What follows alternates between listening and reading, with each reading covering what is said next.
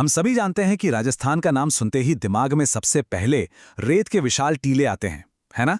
लेकिन जरा सोचिए, एक ऐसी संरचना भी है जो इस रेगिस्तान के बीच एक ढाल की तरह खड़ी है।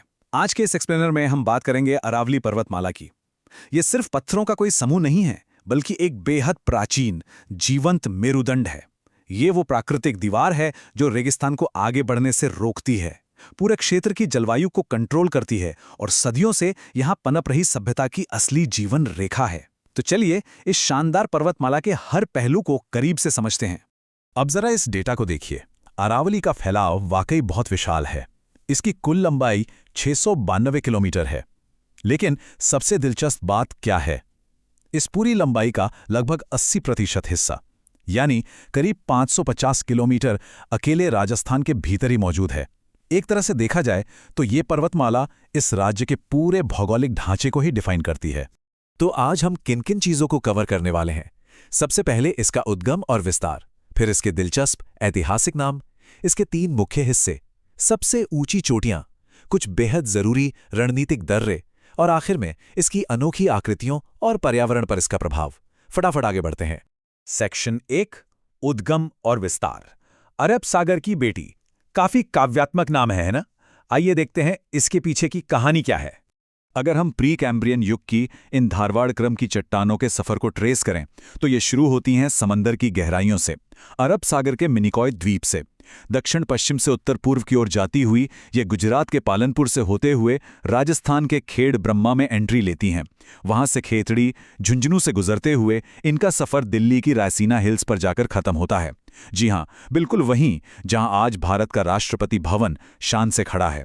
सेक्शन 2, ऐतिहासिक उपनाम, कई नामों वाली पर्वतमाला।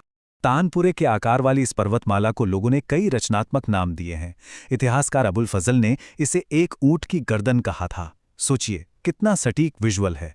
वहीं प्रसिद्ध इतिहासकार कर्नल जेम्स टॉड ने यहाँ के विशाल मंदिरों और तपस्थलियों को देखकर इसे हिंदू ओलंपस का नाम दे दिया था। और अगर हम स्थानीय नामों की बात करें तो लिस्ट काफी लंबी है। विष्णु पुराण जैसे प्राचीन ग्रंथों में इसे परिपत्र कहा गया है। सिरोही क्षेत्र में जाएंगे तो लोग इसे आबू गुलाब कहते हैं। बूंदी में इसका नाम आड़ावाला है और बाड़मेर तथा बालोतरा के आसपास इसे मालानी कहा जाता है। ये कुछ ऐसा भौगोलिक सामान्य ज्ञान है जो आपको हमेशा काम आएगा। सेक्शन 3, उत्तरी, मध्य और दक्षिणी विभाजन। इस विशाल पर्वतमाला को बेहतर ढंग से समझने के लिए इसे 3 हिस्सों में बांटा गया है। इन तीनों हिस्सों में बिल्कुल साफ अंतर देखा जा सकता है।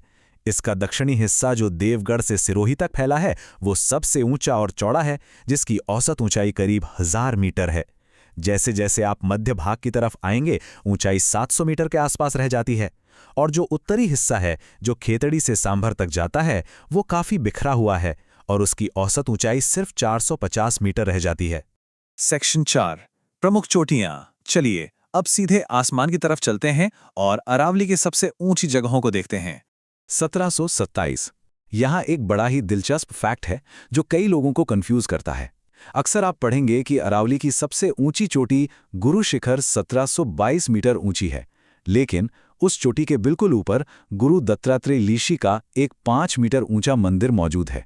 अगर हम उसे भी जोड़ लें तो कुल ऊंचाई 1727 मीटर हो जाती है। यह इसके आध्यात्मिक और भौगोलिक दोनों ही महत्व को दर्शाता है। इन टॉप चोटियों को क्रम से याद रखने की एक बहुत ही कमाल की ट्रिक है। गुरु से दिल जरा आशा रखो।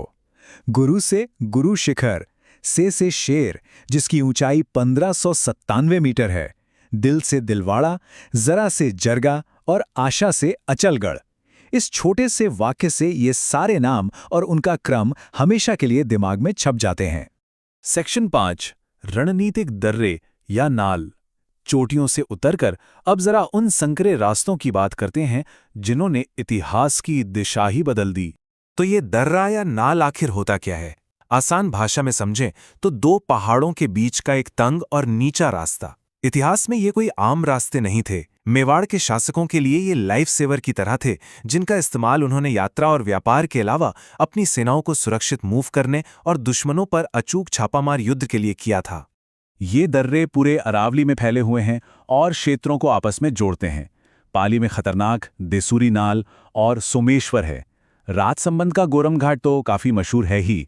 इसी तरह उदयपुर में देबारी और फुलवारी की नाल और बूंदी में रामगढ़ और लाखेरी जैसे दर्रे मौजूद हैं। ये वो गलियारे हैं जिन्होंने पूरे राजस्थान को कनेक्ट करके रखा है। सेक्शन 6 विशिष्ट आकृतियां और महान जल विभाजक। अपने इस सफर के अंतिम चरण में आइए इन पहाड़ियों के अनूठे आकार को देखते हैं। अरावली का शेप हर जगह एक जैसा नहीं है और ये बात इसे और भी खास बनाती है। बाड़मेर और बालोतरा में ये पहाड़ियां बिल्कुल गोलाकार हैं।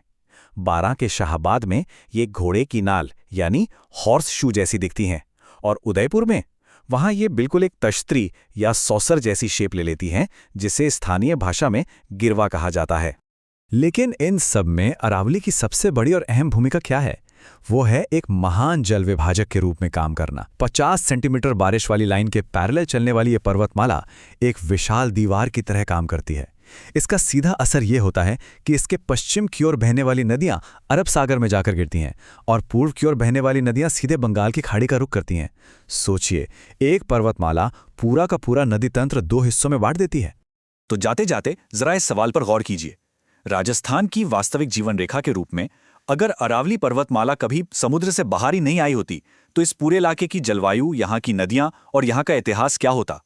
ये सिर्फ कुछ पत्थरों का समूह नहीं है, ये वो मजबूत ढाल है जिसने रेगिस्तान को फैलने से रोका है और सदियों तक सभ्यताओं का संरक्षण किया है। भूगोल किस तरह मानव इतिहास को बनाता है, अरावली इसका सबसे बड़ा उदाहरण है। आज के इस एक्सप्लेनर में बस इतना ही। सोचने के लिए काफी कुछ है, तो इस पर विचार जरूर कीजिएगा।